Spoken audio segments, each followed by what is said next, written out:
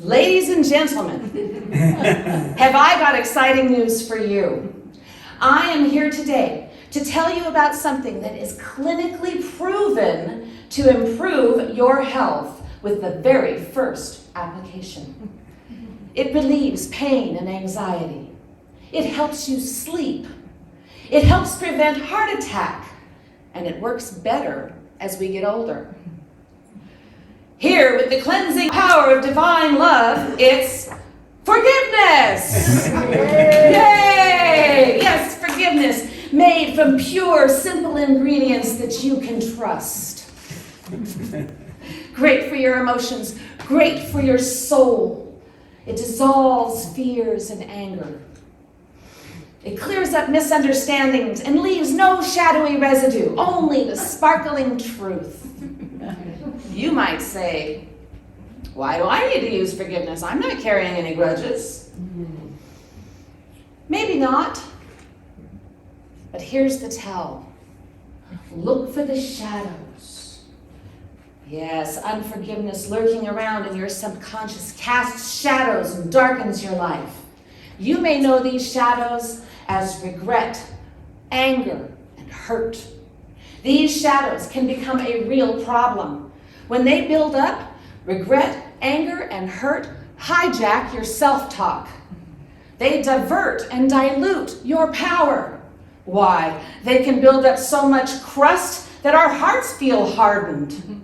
Forgiveness should be applied as soon as you recognize these signs. Let's take a closer look at these three shadows and learn more about how to use forgiveness. First, the shadow of regret. Regret looks at the past and tells us that we made wrong choices. Maybe we acted against our own best interest. Maybe we missed a really important opportunity. Regret wishes things were different in a situation where we no longer have any power to change it. It becomes a shadow when we can't forgive ourselves, whether because we didn't act in a particular way at a particular time. But every turn of our journey has a purpose. Novelist Victoria Holt shares this wisdom. Never regret. If it's good, it's wonderful. If it's bad, it's experience. If you feel regret, look compassionately at your younger self. You were doing the best you could. You are a different person now. We can apply forgiveness to ourselves, and generally that's where we have to start. Dissolve the shadow of regret today with the pure light of forgiveness. But what if it was somebody else's fault? Anger? Is that you in the shadows? Most of us learn early how to judge, how to have expectations about right and wrong, and we apply them to ourselves and to others. These judgments become part of our self-talk, and what we say to ourselves influences how we behave, and it shapes the lens that we're using to look at our lives and how we see the world. We may think, well, if so-and-so would just do things my way, everything would be all right. I don't know why they won't listen to me. Well, although we're immensely powerful in creating our own reality, we cannot change another person. When we are focused on what they should be doing, we're not acting in our own power. Our energy is consumed by playing the scenario over and over in our minds and getting angry because we can't get them to do what we think they should. And remember, where our attention goes, our energy flows. And when our energy flows into anger, it builds up a negative charge. Do you remember a couple of weeks ago we talked about being triggered? Yeah. Okay. Well, in those times, I need to pause and reconnect with spirit. And the same idea, the same practice applies here. Anger has a trigger. And behind that trigger is a story. So when you're triggered, pause. Pause. Take a walk.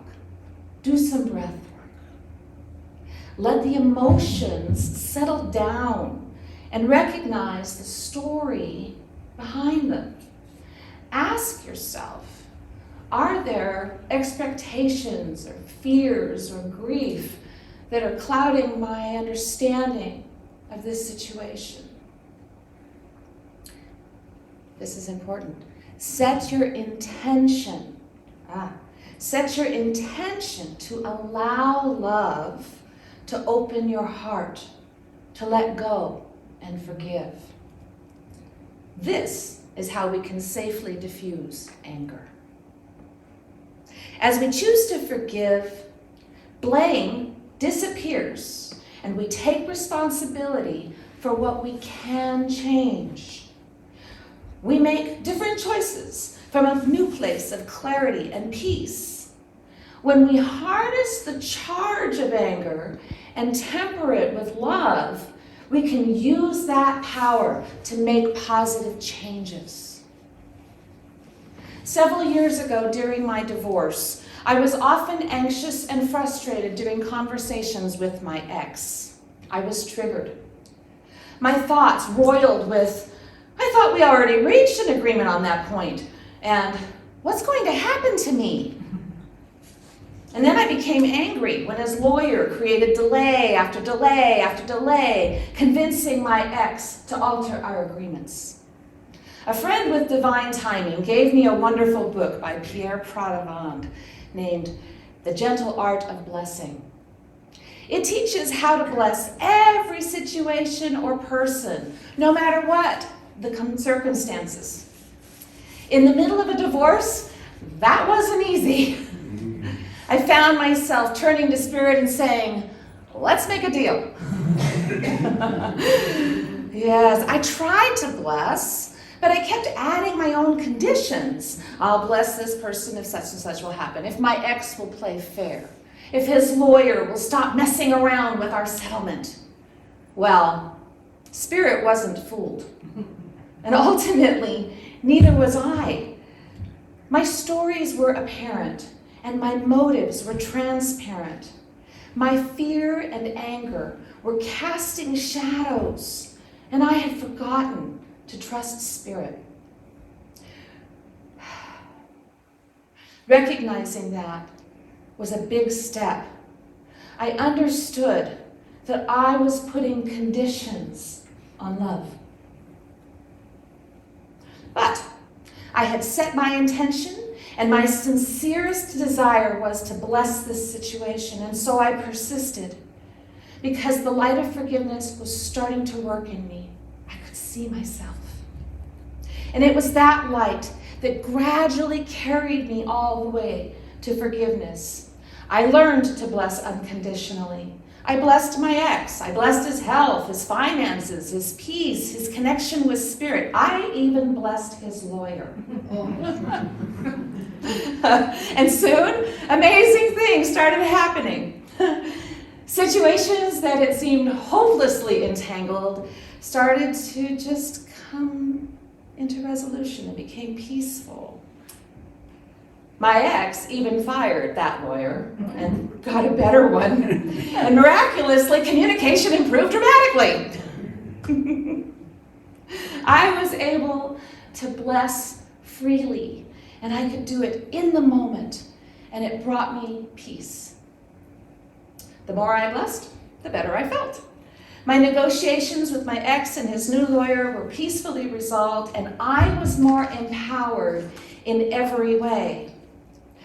We activate the power of love when we choose to open our hearts to forgive. Blessing others intentionally, unconditionally, softens our hearts to that opening. Finally, let's talk about the shadow of hurt. Louise Hay taught that if we think of ourselves as victims, we tie ourselves to those who victimize us. If we tell that story over and over again, we perpetuate ourselves as victims. When we're walking in our hurt, painful thoughts and emotions shape our choices. Suffering stays close by, while self-love seems foreign. Forgiving violation does not mean that we forget the painful events, nor does it mean that we will resume a relationship or return to a harmful or abusive situation. It does mean that we choose to activate the light of love in our lives. We make the choice to forgive. The process may take time, but the power of our intention is active immediately. As we clear our hearts, we recognize and release the toxicity of our old stories. We let go of what no longer serves us. And as we let go, we heal. We love and respect ourselves more and more. Compassion and forgiveness flow from our wholeness. We are free to embrace the present. The healing power of forgiveness is not dependent on what other people do or think. The essence of forgiveness is in the personal decision to give love before there is any reason to do so. Forgiveness is divine. In the aftermath of the Sandy Hook Elementary School shooting, Robbie Parker, whose 6-year-old daughter was murdered, publicly prayed for the families of the victims as well as the family of the gunman. He even forgave the gunman. He concluded his prayer by saying, "Let this not turn into something that defines us, but something that inspires us to be better, to be more compassionate and more humble people." Robbie Parker found the faith to forgive a profound loss. He manifested the healing power of forgiveness, reaching out in love at a time when many others could not. Is there something that you could forgive? A slight offense, or maybe even a painful transgression? If so, set the intention to forgive. Make the choice. Open your heart to Spirit and recognize the light within. Let it reveal those shadows that may be holding you back. Step out of those shadows and into the power of love. We can sum it up this way. Forgiveness is really all about returning to the divine truth within us. When we practice forgiveness, we are agreeing with our own divinity. When we forgive, we reclaim the power to choose who we want to be. We tap into the healing power of forgiveness, and we set ourselves free. Thank you.